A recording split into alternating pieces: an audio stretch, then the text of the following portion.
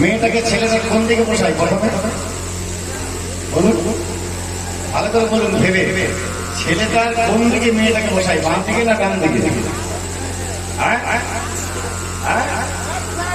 না না, প্রথমে ছেলেটার ডান দিকে বসায়। প্রথমে মেয়েটাকে ছেলেটার ডান দিকে বসায়, ডান দিকে বসিয়ে ছেলেটার সামনে, ছেলেটা ডান দিকে মেয়েটাকে বসিয়ে ছেলেটার সামনে ওই ব্রাহ্মণ আর মেয়ের বাবা মিলে তিনজনের সাথে বিয়ে দিয়ে দিচ্ছে। মেয়েটা তিনজনের সাথে বিয়ে দিয়ে দিচ্ছে। এটা কিন্তু ছেলেও বুঝতে পারছে না, কেউ বুঝতে পারছে না।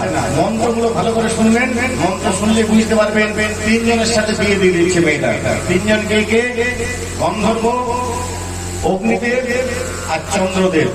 তিনজনের সাথে বিয়ে দিয়ে দিচ্ছে। তাহলে কটা হলো? শ্রীকৃষ্ণ একটা বিয়ে দিয়ে ছাত্রাতলাতে তিনটে দিচ্ছে, গন্ধর্ব, অগ্নিদেব আর চন্দ্রদেব। তাহলে কটা হলো? চারটে। চারটে বিয়ে হয়ে গেল। তারপরে মেয়েটাকে ছেলেটাকে বাঁ দিকে বসানো হয়। তারপরে সিঁদুরদান বিয়ে যার নিয়ম কানুন আছে। তাহলে যেটাকে বিয়ে করলেন সেটা ক নম্বর স্বামী? 5 নম্বর। তাহলে প্রত্যেকটা নারীর 5টা করে স্বামী, বুঝেছেন? বোঝা গেল? আর যারা অবিবাহিত তাদের স্বামী হচ্ছে একটা, সে আপনাদেরও স্বামী, আমাদেরও স্বামী, সবার স্বামী। যাই হোক, একে আবার সাদিকে হাম অতিবসান। আজ তোমাকে দেখছি, তোমাকে কেমন নিয়ে যায়, চুলে ধরে ঘরের ভিতরে ঢুকিয়ে বাইরের ধার থেকে তালা দিয়ে একটা লাঠি নিয়ে দাঁড়িয়ে আছে, দেখি তোমার পতি তোমাকে কেমন নিয়ে যায়। কিন্তু দেখুন, শরীর ঘুরে থাকলো ঘরের ভিতরে, কিন্তু আত্মাটা চলে গেল কোথায়? বৃন্দাবনে। পদকর্তা লিখছেন, দেখ দেখ, সবার আগে সেই আত্মাটা চলে গেল। সকল গোপীর আগে পাইল সে আমার, সকল গোপীর আগে পাইল সকল গোপীর আগে পাইল সে আমার। গোবিন্দ দাসিয়া কহে ইতি হইল আমার, গোবিন্দ দাসিয়া কহে ইতি হইল আমার, গোবিন্দ দাসিয়া কহে ইতি হইল। সবার আগে ওই আত্মাটা চলে গেল, সবার আগে। এইবারে বৃন্দাবনের ভজগোপীরা বলেছে, এক কাজ কর, চল আমরা শ্রীমতী রাধারানীর কাছে যাই, রাধারানীকে নিয়ে যাবো আমরা। এবার সমস্ত সখী মিলিয়ে রাধারানীর কাছে এসেছে, রাধে আই থেকে আমরা সাজিয়ে দিই। দেখুন মায়েরা, আরেকটা জিনিস লক্ষ্য করবেন, যত কৃষ্ণলীলা আছে, যত কৃষ্ণলীলা পৃথিবীতে আছে, প্রত্যেক কৃষ্ণলীলাতে রাধারানীর সাজার একটা ব্যাপার থাকে। কিন্তু লক্ষ্য করে দেখবেন, প্রত্যেকটা লীলাতে সখীরা রাধারানীকে সাজায় দুদিন বাদ দিয়ে। কবে কবে? রাসের দিন আর কুঞ্জ মিলনের দিন। রাসের দিন রাধারানী নিজে সাজে, আর কুঞ্জ মিলনের দিন শ্রীকৃষ্ণ রাধারানীকে সাজায়।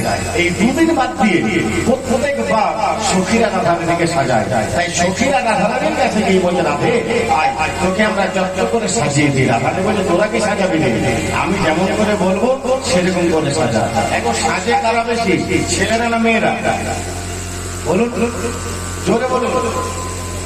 হ্যাঁ, জোরে বলুন, জোরে বলুন। ছেলেরা না মেয়েরা সাজে বেশি? মেয়েরা। আর সাজা পাই কারা বেশি? আমরা। হ্যাঁ, আমরা গো। সাজে মেয়েরা বেশি আর সাজা পাই ছেলেরা বেশি। কিরকম? বউ বলে দিল স্বামীকে, শুনছ 30 পেরিয়ে গেল, রিঙ্কেল আসছে, একটা ভালো ক্রিম এসেছে ক্যাসেটে, স্টপেজ অ্যাডভান্স, ওটা এনে দিও। বলে দিয়ে খালাস, 1400 টাকা দাম। বুঝলেন? স্বামীর সাজা হলো 1400 টাকা পকেট থেকে গেল।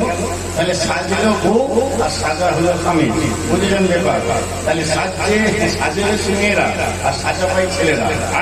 আমি জিজ্ঞাসা করবো কোথায় কি পরে, ঠিকঠাক বলবেন আপনারা, ঠিক আছে? রাধানী সাজছে কেমন ভাবে? রাই সাজে, বাঁশি বাজে, না পড়িল, রাই সাজে, বাঁশি বাজে, না পড়িল, রাই সাজে, বাঁশি বাজে, না পড়িল, কি করিতে কেনা করে সবই হইল ভুল, কি করিতে কেনা করে সবই হইল ভুল, সবই হইল ভুল, কি করিতে কেনা করে সবই হইল ভুল।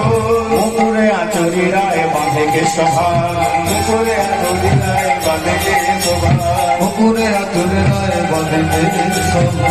সাধারণত বলছে আমি নিজে সাজসজ্জা হবে হবে, মুকুরে আচরেরায় বাঁধে কেশভা। মুকুর মানে জানেন? মুকুর মানে কি? মুকুর মানে আয়না। আয়না দিয়ে কি করে? আয়না দিয়ে কি করে?